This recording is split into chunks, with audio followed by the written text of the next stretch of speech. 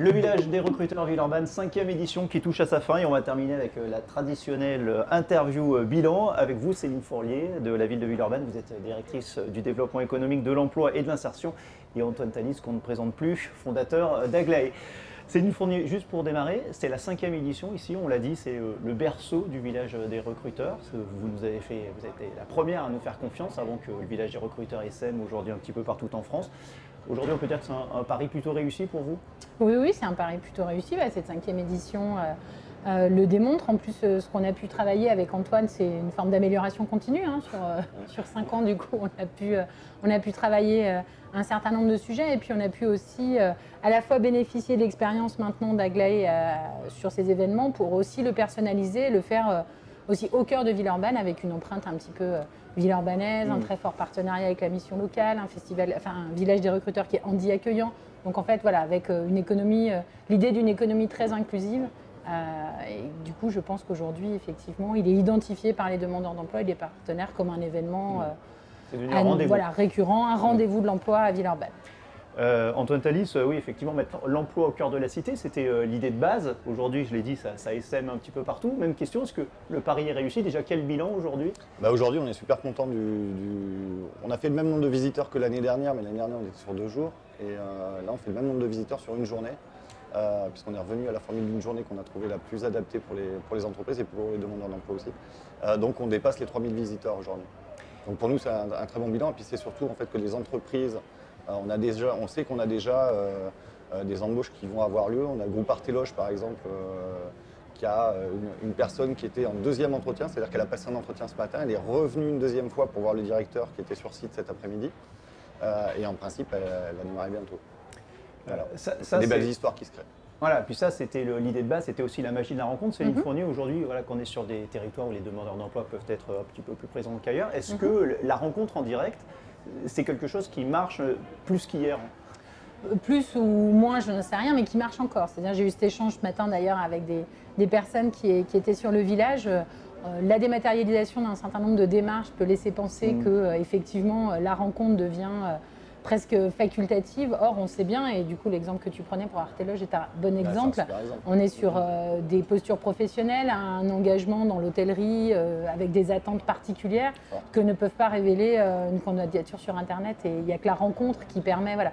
La rencontre permet aussi, notamment pour des personnes parfois justement plus éloignées de l'emploi, avec des CV plus atypiques, des expériences moins faciles à vendre sur un simple CV, la rencontre peut faire découvrir un potentiel, des compétences. On avait aujourd'hui par exemple un atelier qui permettait de mettre en valeur ses compétences plutôt que son expérience.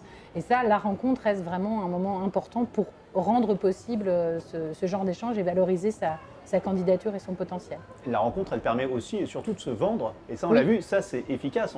Il y a beaucoup de recruteurs qui nous ont dit qu'aujourd'hui, ils cherchaient des gens qui leur donnent envie.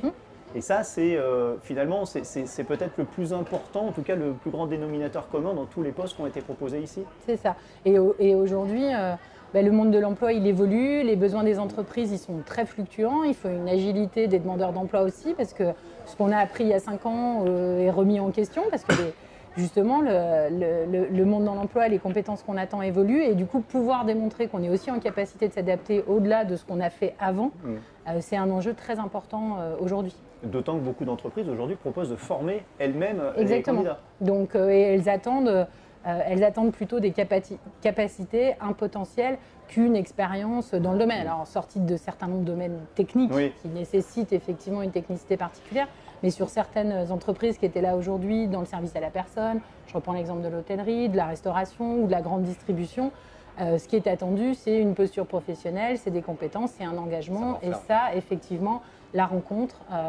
elle est extrêmement importante pour ça.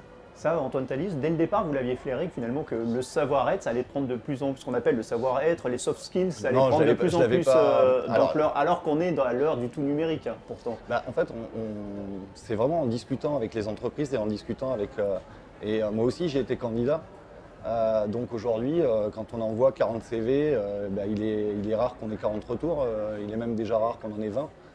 Donc nous, la promesse qu'on veut avoir vis-à-vis à la fois des personnes en recherche d'emploi et des entreprises, c'est que la rencontre en direct en fait, fait gagner un temps précieux. En une journée, aujourd'hui, elles ont gagné 1 ou 2 mois de travail pour certaines. Et Pour surtout, certaines entreprises. Et les candidats, eux, vont avoir aussi gagné un temps précieux. et surtout, on peut peut-être rencontrer des recruteurs qu'elles n'auraient pas rencontrés avec l'envoi d'un CV par Et courrier ou c'est par ça, mail. on a des CV qui bloquent, qui vont être bloqués parce que sur le papier, c'est pas vendeur, c'est ce que tu disais tout à l'heure. Et en l'occurrence, on a des entreprises oui, qui nous disent je ne l'aurais pas embauché si je m'en étais tenu au CV. Céline Fournier, il y a des entreprises, puisqu'on parlait d'attractivité, de dynamisme économique du territoire, qui sont freinées dans leur croissance par ces difficultés de recrutement. Il y avait un chiffre de Pôle emploi qui disait que 54%, en tout cas plus de la moitié, des entreprises qui envisagent de recruter en 2019 s'attendent à des difficultés de recrutement. Est-ce que ça peut les freiner ?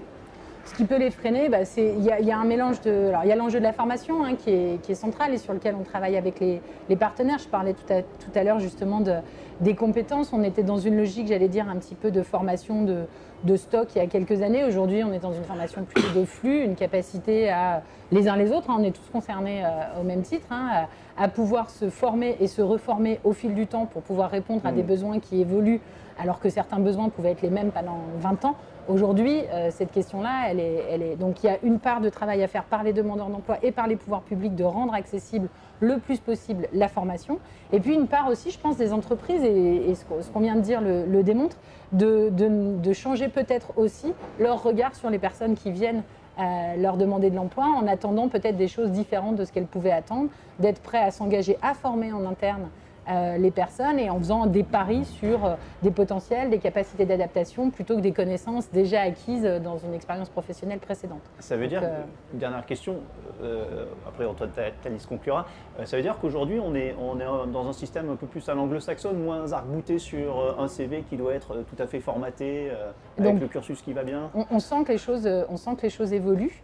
De la part aussi bien des DRH que des partenaires. Pôle emploi fait un travail très important sur la question justement de la valorisation des compétences pour permettre effectivement aux gens de valoriser autre chose qu'une expérience passée, mais pouvoir être dans une dynamique de projection. Mais je pense qu'il y a vraiment une part de travail à conduire de la part des entreprises, des demandeurs d'emploi et puis des interfaces que sont le service public de l'emploi ou les collectivités comme nous, pour arriver à aujourd'hui lever ces freins au recrutement. Et puis vraiment, je pense que la question de la formation aujourd'hui est vraiment centrale. Antoine Thalys, dernière question pour mettre toutes les chances de son côté et lever les freins au recrutement. Bon, il ne faut pas oublier son CV déjà, il faut venir avec plusieurs CV, mais la deuxième chose peut-être la plus importante, c'est apprendre à se pitcher, apprendre à se vendre, quoi. Un entretien, ça se prépare. C'est-à-dire, on ne vient pas aujourd'hui sur un événement comme celui-là sans un minimum de préparation. Du moins, évidemment, quand on est au courant que l'événement a lieu et qu'on a prévu d'y aller. C'est la règle des 3 premiers gestes, des 3 premiers mots, des 3 premières secondes. La première impression, aujourd'hui, un RH, il change rarement d'impression par rapport à sa première. Voilà. C'est-à-dire qu'un RH qui a eu une première impression aujourd'hui, on a des chances d'aller au bout du processus de recrutement? Si l'impression est bonne, oui. Si l'impression est bonne, il y a moins de chances. Ok, merci beaucoup. Et puis à bientôt, alors merci à vous deux. Et on se retrouve très bientôt sur un prochain Village des recruteurs le 6 juin à Saint-Étienne, le 13 juin à Bordeaux.